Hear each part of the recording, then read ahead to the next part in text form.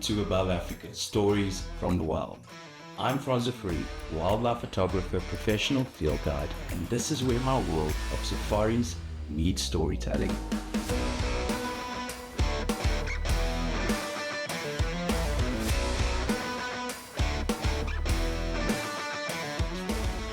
Hi everybody, welcome back to our second episode of Above Africa Stories from the Wild, and I'm really excited about this because now we're actually stepping into what this podcast is really about. The first episode was just a quick brief intro, and I'm still kind of toying with the intro. I don't know if the sound that I'm putting in there is kind of the right sound. So I'm still figuring all of those things out, and I've got a few episodes lined up that I'm really excited about, and I'm hoping that all of you, when you're listening to these episodes, that you will find some inspiration and maybe send us some comments, send us on topics that you feel that would be of value of you to listen to. But today's episode is going to be about an age-old question that people always ask when they are inquiring about going on a safari.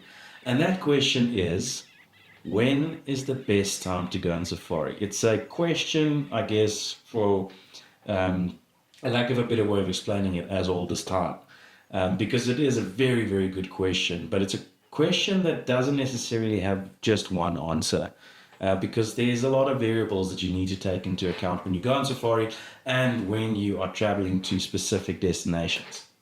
So let's look at a couple of things that I want to talk about. So I made a couple of notes because I get this question quite a lot from guests.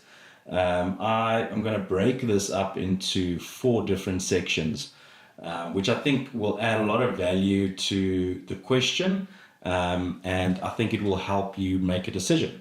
But obviously, if you want to find out more, you guys are welcome. Just send us a message or a comment, and we'll try and get back to you. We'll put links into the descriptions and all of that. Excuse me. So the first thing that you need to take into account, and this is probably why the question is asked most of the time, and that's the changing of the seasons. And in Southern Africa, our safari seasons are kind of made out in two separate ways, or 2 seasons. You've got a dry seasons and you've got the rainy seasons. The reason why we do that is because our autumn and our spring is pretty short, and people generally relate just to the dry season and the wet season. But there's caveats to it, but I'll get to it.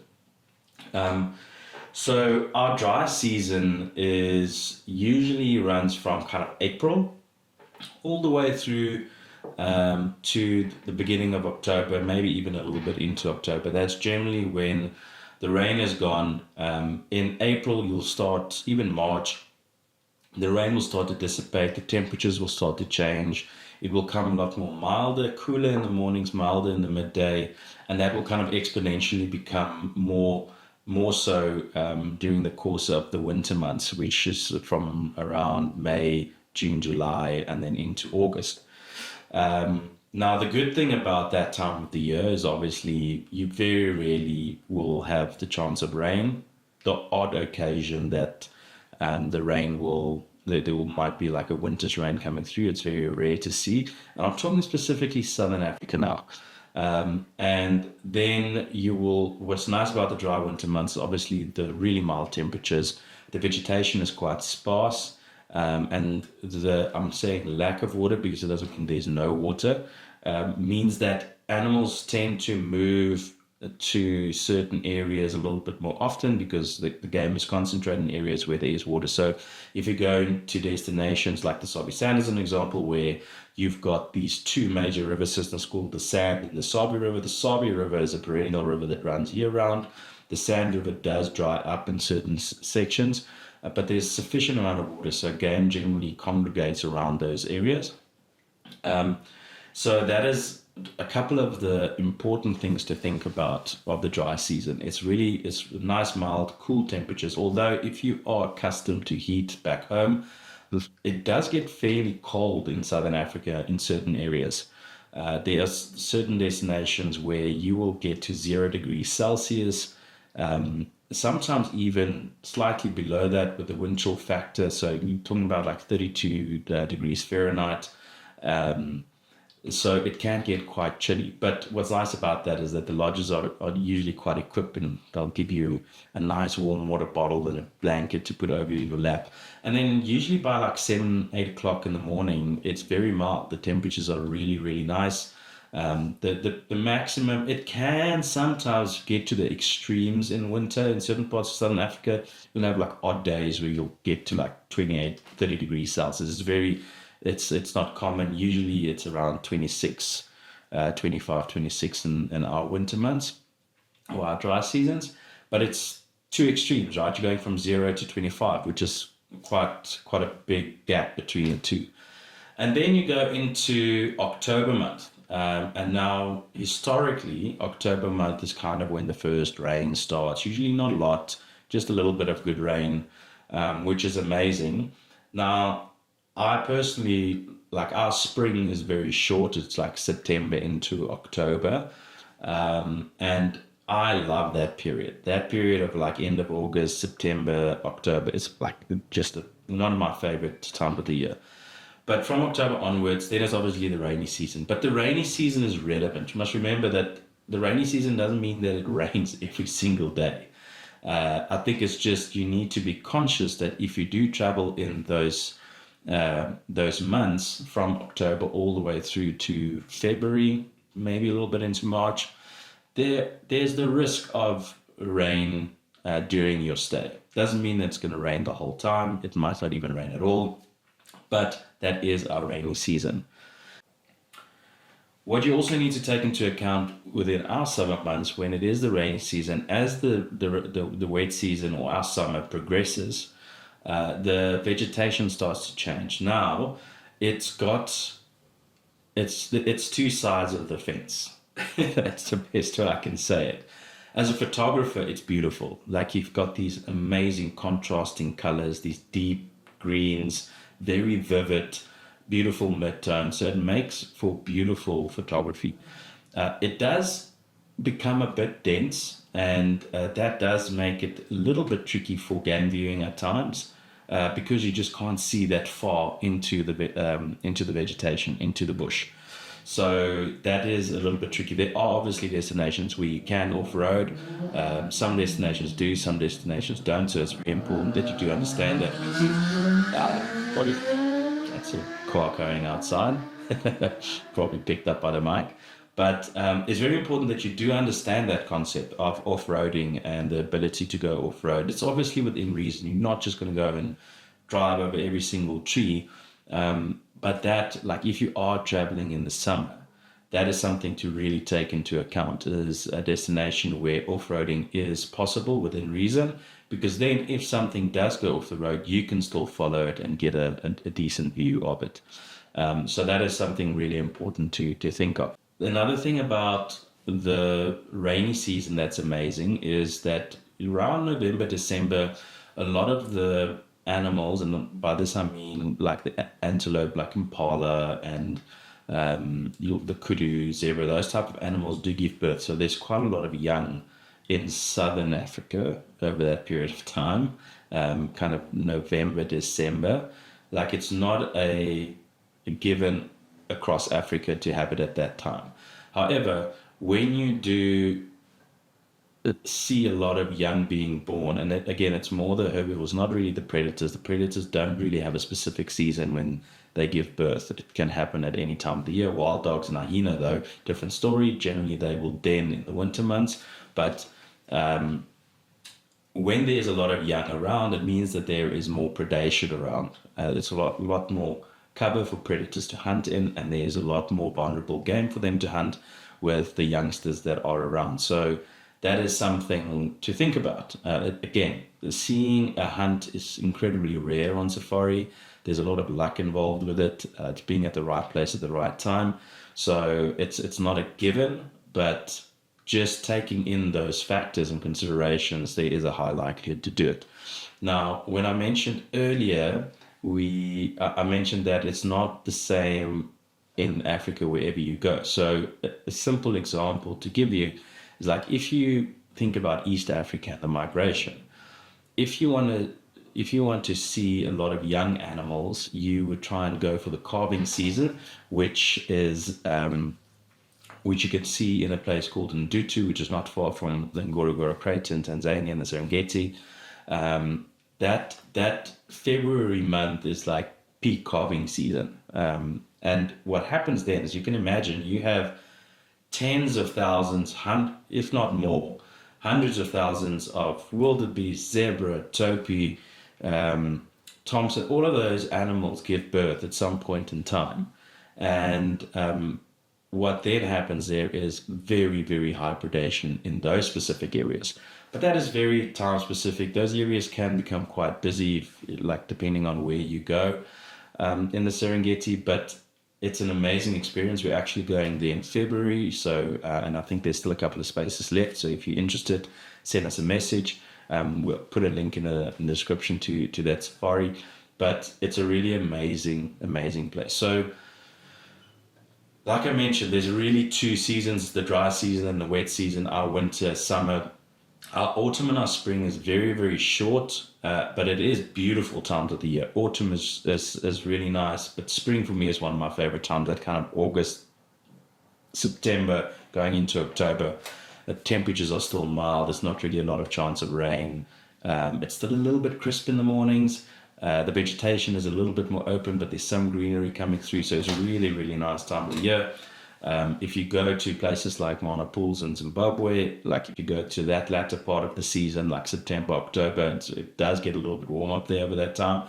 But that is when animals tend to congregate towards the last bit of waterfall that's left in the season. Obviously, you have to be very careful over those times. It is times when animals are a little bit more stressed, so you have to throw caution to the wind a little bit. But the second part that I wanted to talk about in this conversation is choosing the destination. I think I've maybe touched on it a little bit already, but different reasons shines at different times. Just like I mentioned now, if you go to the Sabi Kruger National Park, the dry season often consists of really good big game sighting, especially around the rivers, like I mentioned earlier. If you head further north to places like Botswana and Zimbabwe, where water levels play a really, really important role, and your timing of the safari is super important. The Delta, as an example, you need to be very specific over the times of the year that you go to the Delta because of the rising and lowering water levels. And that goes the same for the Victoria Falls in Zimbabwe and in Zambia, because you can view the falls from both sides. If you don't go at the right time of the year, you might find that the falls are a little bit too low. Sometimes the falls are like absolutely pumping, and it's sometimes just a little bit too much. So you really have to make sure that you time it right. And we will have episodes on those things specifically. We'll have episodes on the Delta and Victoria Falls to give you more information on it. And then, if you go into areas like South Africa, like the Eastern Cape or Modikwe, and they might actually surprise you, like really nice winters, lush summers, and really, really unique ecosystems where you can really go to. Another place that is actually very unique and polar opposites at the different times of the year is Tswalu in the Kalahari. Like the summers are super, super hot, so you go out like very early in the morning, like 4:30 a.m. you are out, but you're back quite early because it just gets too hot. But night drives in the summer there is great. And then in the winter, it is so cold in the mornings. It's negative degrees Fahrenheit. You probably get to like 10, 15, and you will go out later. You'll probably have breakfast first, go out later, and then spend the whole day, and then come out before dark so that it's not too cold when you get back. So all of these different areas have got different things. And again, that's why it's so important to have that conversation when you start looking at going on a safari, when you want to start planning your safari, and you've got an idea in your head, and generally you have a very good idea of when you want to travel, but that's when you really need to start asking the questions. And that's what we love to do. We jump on a call, we talk, we see what really your needs are, and we try to accommodate it as far as possible, and obviously be as transparent as possible to the destination that you want to go to and at the time of the year that you are traveling. Okay. I'm finding this quite nice. So if you are enjoying it, please drop us a message, send a comment, And share this podcast with your friends as well, please. It goes a long way. But I'm really hoping that we're adding a lot of value for you in these conversations. So we've got two more parts to talk about when, obviously the episode's name is when is the best time to go on safari. Now, the third section I want to talk to you is what you want to experience. And that is a very important question, regardless of if you know when you want to travel. But it's really important that it's your safari. And we are there to facilitate the process, give our ideas. We want to create the safari as, the best possible safari for you. But you also need to know what you want to experience. And that gives us then the ability to really create something really memorable and special. As a photographer, you need to ask questions like, do you want a herd of elephants walking with backlight and the dust of the herd popping up? Do you want that photo? Are you looking for vivid colors, almost jungle type photography in Africa where you have a leopard in dense thickets, but you get that beautiful vivid colors? Are you looking for the golden sunsets in the winter months where the sun and you get that beautiful red and orange and pink hues? So you need to think about what you really want. If you really want to go to the Delta and you really, really want to see the levels, if you really want to go to the Delta and you really want to see the water levels and you want to have a water safari, then make sure you go at the right time so you're not disappointed. There are areas where you can do it almost year round, but then sometimes it's too high, sometimes it's too low. So it's really about planning and making sure that you get it right. There's also the factor that you need to take into account is like, do you mind it being too busy? Are you willing to have a lodge that's got quite a lot of guests? The peak season in East Africa, as an example, if you go into certain areas, is just absolute chaos at the moment. There's just so many vehicles around. Or do you want to go into a more quieter time of the year? It has its pros and its cons, but that's important that you make that decision. Sorry, just checking the camera there for a minute. Then I guess the question that always get asked after we have this conversation is, when is your favorite time of going to safari? And I've alluded to it a little bit earlier. I really enjoy the winter months as a kind of a rule of thumb for me. Those months from like March, April, let's call it April, all the way through to August, really, really beautiful time of the year in the bush. I love the mild temperatures. It's very cold in the mornings at times. So if you don't like the cold, it's probably not the best time for you to go. But I would really recommend just, brave it and just do it because it's worth it. So those months, but that is also the busiest months on safari. That's when everybody wants to travel. So you need to be aware of that as well. Sometimes very difficult to find availability in the places that you want to go. But luckily there's a lot of alternative options. Then another time of the year that I really, really love, and I mentioned it earlier, is that September, October months. It is kind of that transition zone, our very short spring period where the bush just starts to get alive a little bit. You can feel there's something different in the air. You might have had a small drizzle here or there, and the temperatures are still mild. The bush is still fairly sparse, but you can almost feel like there's life is happening in the bush. And for me, that's a really, really special time of the year. And it's kind of towards the end of the busy season where everybody travels. So that is definitely a time of the year that I truly enjoy. It's that month of September, if you can find space, because it's becoming quite a popular time of the year to travel. Okay, everybody. So that is kind of a few points that I wanted to make in this episode on when to travel to the bush. So as you can see, there is. We can probably talk about this for the next 2 hours if we really wanted to, because there's just so many things to talk about. There's so many variables that you need to take into account when you are making these decisions to go on safari. And when to go on safari, I think it really depends on quite a number of things. It's when you can travel, because time in today's life is very difficult to plan. So you need to obviously know when you can travel. You need to know the pros and the cons of the winter months and the summer months everywhere in Africa, because Southern Africa might be slightly different to East Africa. So those are important things, and what you really want to get out of it is so, so important. It's really, really important to make sure that you get what you want out of it. So those are things that you really need to take into consideration.